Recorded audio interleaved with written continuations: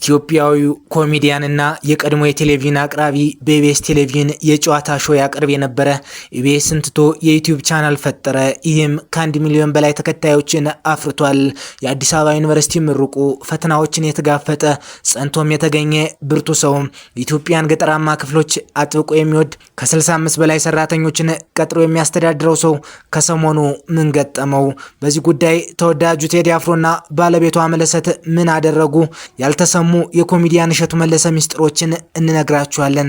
ቻናላችን ላይክ፣ ሼር፣ ሰብስክራይብ በማድረግ አብራችሁን ቆዩም። በብዙ መልካምና የበጎ አድራጎት ስራዎች የሚታወቀው ኮሜዲያን እሸቱ መለሰ በቅርቡ በዶንኪ ቲዩብ ላይ ያጋጠሙትን ፈተናዎችና የፋይናንስ እቅዶች ተከትሎ ለህዝብ ያቀረበውን የድጋፍ ጥሪ በማንሳት በርካታ አጋሮች ከጎኑ በመቆም ላይ ይገኛሉ።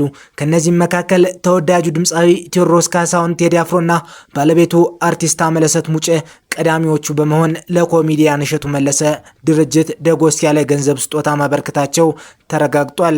ያደረጉት የገንዘብ ድጋፍ የተቋሙን እንቅስቃሴ ለማስቀጠል ትልቅ አቅም የሚፈጥር ሲሆን በተለይም እሸቱ በማህበረሰብ አቀፍ የበጎ አድራጎት ስራዎችና በድንቅ ልጆች ፕሮግራም የሚያደርጋቸውን በጎ ተጽዕኖዎች ለመደገፍ ታስቦ የተደረገ እንደሆነ ተገልጿል። የሁለቱ ዝነኛ ጥንዶች ቅን ስራቸው የጥበብ ባለሙያዎች በችግርና በፈተና ወቅት እርስ በርስ መጠያየቅና መረዳዳት እንዳለባቸው ዳግም ያሳየ ትልቅ አርአያነት ያለው ተግባር ሆኗል። ፍራኦል ሀበሻ ደግሞ ሀሳቡን እንዲህ ያጋራል። እሸቱ መለሰን የማውቀው ገና ልጅ እያለሁ የእኛ ሰዓት የሬዲዮ ዝግጅት መሪ በነበረበት ወቅት ነው። ያኔም ቢሆን ሰዎችን በአቅሙ ለመርዳት ለማበረታታትና ለውጥ ለመፍጠር የነበረው ጉጉት የሚደነቅ ነበር። እሸቱ መለሰ ለመጀመሪያ ጊዜ ወደ ዩቲዩብ የመጣ በስታንድ አፕ ኮሜዲ ስራዎቹ ነው። ያኔ ስራዎቹን አፕሎድ ሲያደርግ ግን ዩቲዩበር ለመሆን ብሎ ሳይሆን ሲያዘጋጃቸው የነበሩ የስታንድ አፕ ኮሜዲ ስራዎችን ላላዩ ሰዎች ቀርጾ ለማስተላለፍ ነበር። እሸቱን መጀመሪያ እኔ የማውቀው በኮሜዲ ስራዎቹ ነው ማለት ይቻላል። ከዛሬ 7 ዓመት በፊት ነበር አብዛኞቹን የኮሜዲ ስራዎችን አንድ ባንድ የተመለከትኳቸው። እውነት ለመናገር እንደ እሸቱ ስታንድ አፕ ኮሜዲ እጅግ በጣም ጥራቱን የጠበቀ የኮሜዲ ስራ ተመልክቼ አላውቅም።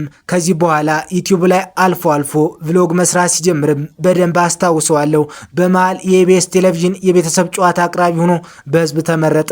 የቤተሰብ ጨዋታ አዘጋጅቶ እያቀረበ ባለበት ሰዓት ግን የዩቲዩብ ስራ ጥሩ መሆኑን ስላየ ራሱን ከቴሌቪዥን ፕሮግራም አዘጋጅነት አገለለም።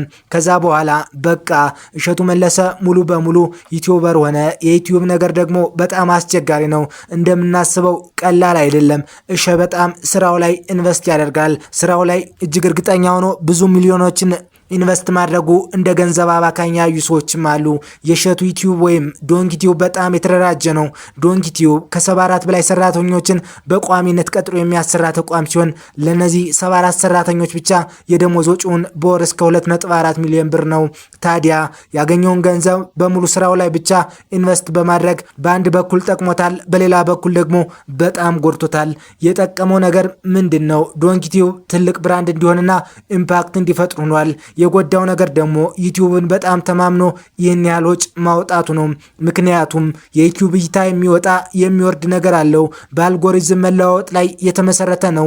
ከተወሰነ ጊዜ ወዲህ ዩቲዩብ እይታ መቀነሱን እኔ ራሴ ያየሁት ነገር ነው ይለናል። እንዲህ ባለ ያልተረጋጋና በማይታመን ገቢ ላይ 2.4 ሚሊዮን ብር ቋሚ የሰራተኞች ደመወዝ ወጪና በርካታ የህንፃ ኪራዮች ሲጨመሩበት ማሰብ ከባድ ነው። እሸቱ ለስራው የሚሰጠው ክብርና ጥራት የመፈለግ ጉጉቱ ወጪዎችን ሳያሰላ በከፍተኛ ሁኔታ እንዲያፈስ አድርጎታል።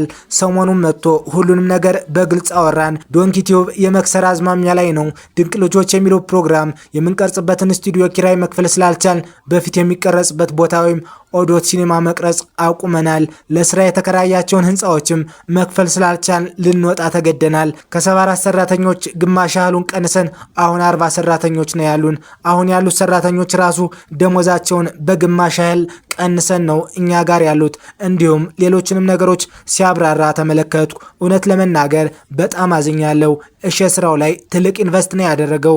የፋይናንሻል ቲሙ ለዚህ ተጠያቂ መሆን አለበት። ለ74 ሰራተኞች ደሞዝ መክፈል፣ 2 ሙሉ ገቢ ቤት መከራየት ትልቅ ወጭ ነው። ይህንን ሁሉ ወጭ ሲያወጣ ደግሞ ማናጀር ወይም ፋይናንሻል ቲም ተው ማለት ነበረባቸው። በፍጹም ዶንኪ ቲዩብ የመክሰርና የመፍረስ ጫፍ ላይ ይደርሳል ብዬ ገምቼ አላቅም ነበር ይለናል።